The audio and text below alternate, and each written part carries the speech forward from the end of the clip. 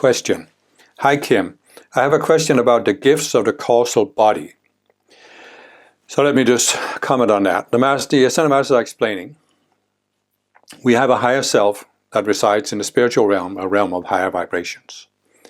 And the I am presence, as it's called, is a very complex individual being. It has a very complex individuality. There's no other being among the myriad of self-aware beings in our world that have the same individuality as you have. But the I am presence is not a ascended being. It's a growing, evolving being, and it evolves by sending an extension of itself into embodiment, which is what the Masters call the conscious you. In many other spiritual teachings, including previous Ascended Master teachings, it was called the soul. But the Masters have explained it in a more nuanced way here. So the core of your lower being is the conscious you. And as the conscious you has experiences with being an embodiment on earth, the I am presence is experiencing what you are experiencing and processing it from its viewpoint, which is kind of like the bird's eye view. So in a sense you could say that the conscious you is looking through the soul vehicle, the identity, mental, emotional, and physical bodies. So it's like saying that inside your head is a camera that's recording what you are seeing through your physical body. But at the same time, your I am presence has a drone that's flying above you, looking at everything you're going through from the bird's eye perspective. But both of the experiences will be processed and stored in what's called your causal body, which is an energy field around your I am presence, where it's kind of like a database of your experiences, where you are evaluating, what works, what doesn't work, how does the world work, and those kind of things. Okay, so back to the question.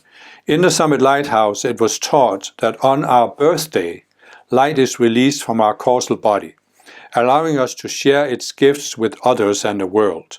It was also said that our prayers for peace are especially powerful on that day. Could you explain in more detail to what extent we can consciously direct or dispense the gifts of our causal body? What authority do we have over these gifts, and how can we use them properly and responsibly? I have noticed that some people intentionally approach someone on their birthday to congratulate them and make physical contact, such as hugging, perhaps to receive energy. Sometimes the joy seems to multiply and the energy flows to both people, but at other times such contact appears to leave the birthday person feeling drained. What can you say about this phenomenon? Well, I was a member of the Summit Lighthouse for about 15 years. I don't actually remember this teaching. I'm sure I came across it, but I had never really paid that much attention to it, honestly. And it's not something the Masters really have talked about through me. I'm not saying it isn't a genuine teaching. I'm just saying I don't think it's that big of a deal with your birthday. And I certainly don't think it's appropriate to go and hug somebody on their birthday in order to get energy from them. You should strive to get energy from your own causal body instead of from other people. I don't particularly sense either that your calls are more effective on your birthday. I don't quite see that. I mean, to me, the way I look at it is, yes, so your experiences are stored in your causal body. There can also be a certain amount of positive energy stored in your causal body, which you can use in certain creative activities. So it's kind of like your cosmic bank account, you could say. So what I would say is, the important thing for me is to raise my consciousness so that I open up the pipeline to my causal body so that the experiences can be used at the physical level, at the conscious level, and so that energy can flow through me to do certain projects, creative projects. But doing that is a matter of resolving psychology, because as I always explain, we have the levels of consciousness. The spiritual path is about rising up through levels of consciousness. I talk about the 144 levels in a couple of breakthrough videos. And in order to rise from one level to the next, we need to resolve a certain psychology, a certain illusion, what I call a separate self, or a subconscious self. And so, to me, the way I look at it is that the important thing is that your ongoing connection to your causal body and your I am presence, so that you become more of an open door, not just on your birthday, but on an ongoing basis. And that requires the resolution of psychology. Like Jesus said, it's your Father's good pleasure to give you the kingdom. So it's your I am presence's good pleasure to give you the energy, the insights you need to fulfill your divine plan. But what blocks it is the unresolved psychology, the subconscious selves you have in the emotional, mental, and identity bodies. So by resolving those selves, you open up the connection, then it will flow through you. So personally, I just think that the focus on the birthday, I just don't think it's the mature way to look at it. It can be okay at the starting levels of the path, but in the long run, it's a matter of your constant attunement with your I am presence and your causal body. That's what matters. And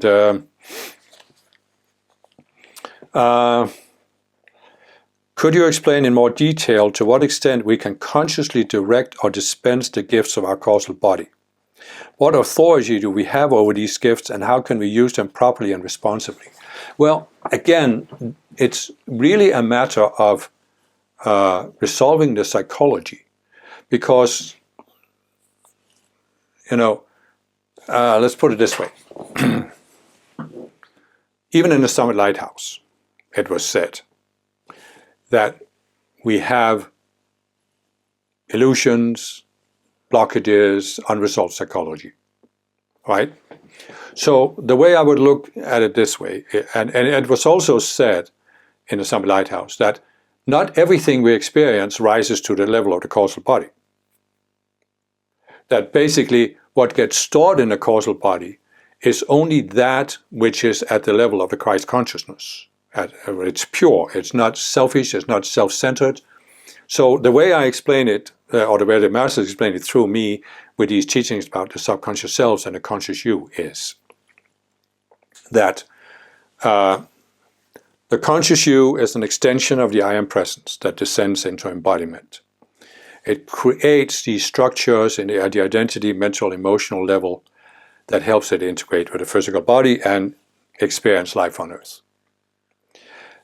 As we have these experiences, many of the experiences get filtered through these subconscious selves. That's why we can feel anger, for example. But there's also a filtering process from the I am presence, and there's a certain filtering process from the conscious you where we are looking at things from the perspective of the Christ mind. And so that is what gets stored in the causal body. In other words, the Christ mind is what makes us selfless instead of self-centered, right? So it's the contents of the four lower bodies that can be self-centered. And what is filtered through that does not rise and get stored in the causal body. It's only that which is at the level of the Christ mind.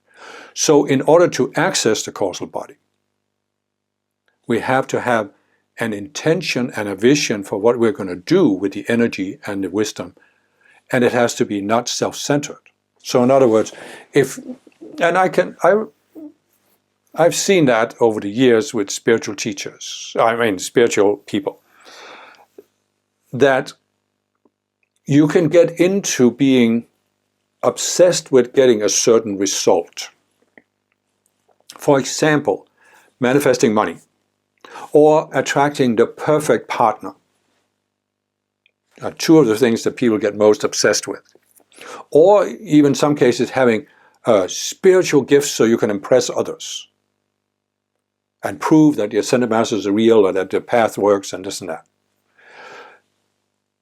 When you have such a self-centered desire, which really centers around yourself, you can't access your causal body because it's not coming from the Christ.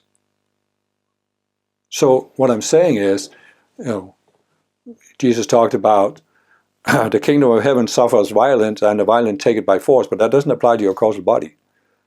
You cannot take the gift to your causal body through a self-centered intention. So you have to purify your attention. How do you do that? By resolving these subconscious selves that I'm always talking about, because they are the ones that make you self-centered. Self-centered. That is centered in a self, a separate self that sees yourself as a separate being here on earth. So you can say, when you have purified your intention, right? So you're not coming from a self-centered perspective. You're seeking to either help other people, raise up society, bring forth a new idea, or help the ascended masters. Then you have access to your causal body. But it doesn't mean you can necessarily access everything, because the I Am Presence also has a say in this. So you might say, I'm engaged in this project, I think it's really important, it is not selfish, my intention. I want to take all the light I have in my causal body and release it into this project. And the I Am Presence might say, wait a minute now, let's not put all our eggs in one basket here. You can take a certain amount of light, but not all of it.